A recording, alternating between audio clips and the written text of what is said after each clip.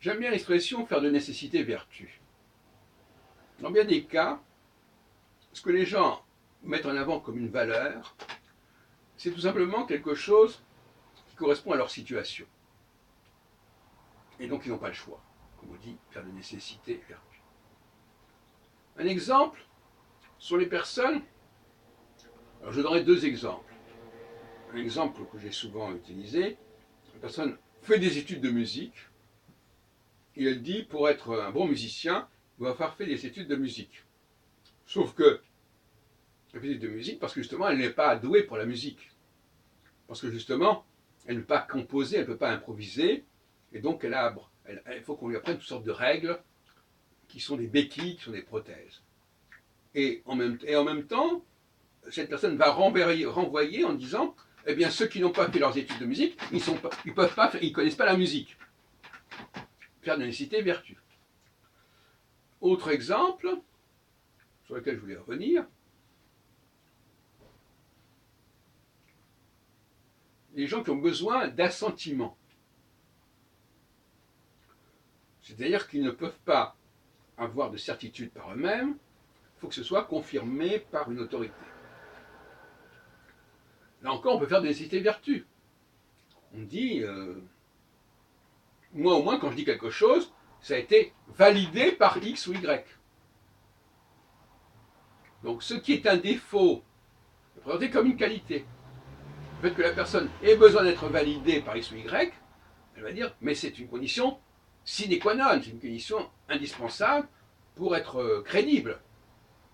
Alors qu'en réalité, c'est un manque, c'est une absence, c'est une carence de sa capacité à acquérir soi-même une certitude qui fait qu'on va passer par telle et telle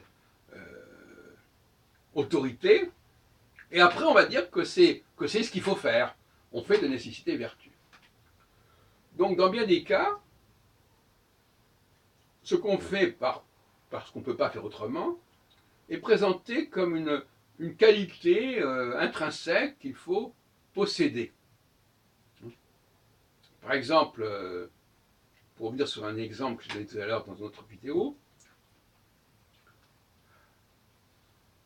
quelqu'un qui va à la synagogue, puisqu'aujourd'hui nous sommes le samedi, 18 août, eh bien, est-ce qu'il faut qu'il dispose d'un livre? On distribue à chacun des livres. Et on voit bien que le bon pratiquant, c'est quelqu'un qui a le livre ouvert, qui lui permet de suivre ce qui est dit par le rabbin, par le public, etc. Et celui qui n'ouvre pas son livre, et qui en plus ne va pas lire à voix haute ce qui est écrit, ferait problème. Alors qu'en réalité, là encore, on est dans nécessité-vertu. Si moi, j'entends quelqu'un dire quelque chose dans une langue que je connais, je n'ai pas besoin de livre, et je n'ai pas besoin de répéter ce qu'il dit. J'écoute ce qu'il dit, tout simplement. Donc là, on est dans un système d'artifice. Hein, ce sont des gens qui sont ignorants, qui ne comprennent pas l'hébreu, qui ont besoin de tel et tel support pour suivre même pas au niveau du sens, mais suivre au niveau du son, comme on entendrait, l'hébreu deviendrait comme une musique. Bon, les gens vont à la synagogue comme avant on allait à l'opéra en suivant sur les partitions. Ça ne va pas plus loin.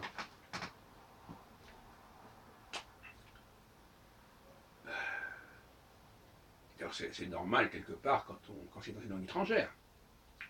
Mais passer son temps tous les vendredis et samedis à écouter des discours en langue étrangère et répéter pendant des centaines de fois, sur des années, les mêmes textes, sans comprendre le sens exact de ces textes, sans comprendre la signification de tel et tel mot, et ce à quoi ce mot renvoie, le champ sémantique de ce mot, ça c'est impossible pour quelqu'un qui n'est pas l'hébreu. parce qu'il peut comprendre le sens du mot dans ce texte-là, mais il ne comprend pas le sens du mot dans l'ensemble des utilisations que ce mot connaît. Donc ce n'est pas sérieux.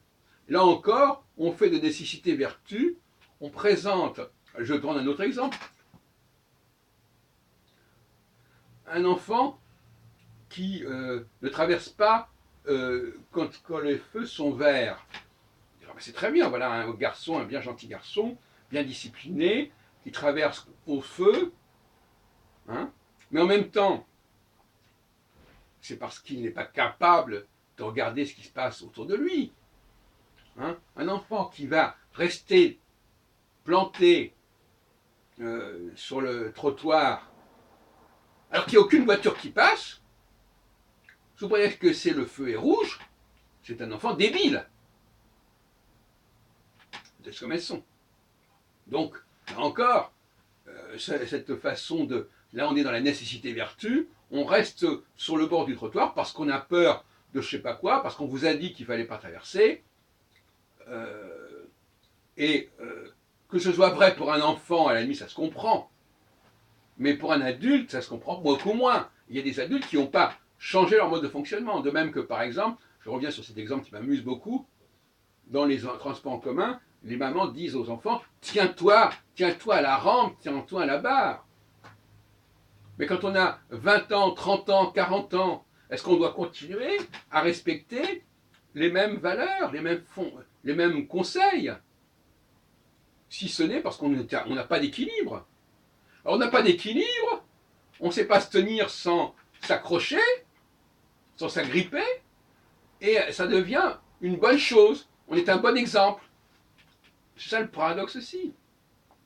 C'est que si les parents doivent servir d'exemple à leurs enfants, il y a un problème. C'est que les adultes ne sont pas les enfants. Et que ce qui est vrai pour les enfants n'est pas forcément vrai pour les adultes. Ça pose un grave problème concernant le rapport entre l'élite et le peuple. Mais les enfants doivent savoir que ce sont des enfants. Et que pour les enfants, il y a une certaine façon de se comporter, et qu'ils n'ont pas forcément à imiter les adultes. Par exemple, les adultes, ils peuvent parler, ils peuvent discuter. L'enfant n'a pas forcément à le faire sous prétexte que les adultes le font. Là encore, nécessité et vertu, lorsque l'adulte se comporte comme un enfant parce que c'était bien d'être un enfant, c'est comme ça qu'il fallait faire, et qu'il va perpétuer indéfiniment des conseils qui s'adressaient à l'enfant et non pas à l'adulte. Faire de nécessité vertu. Brave formule.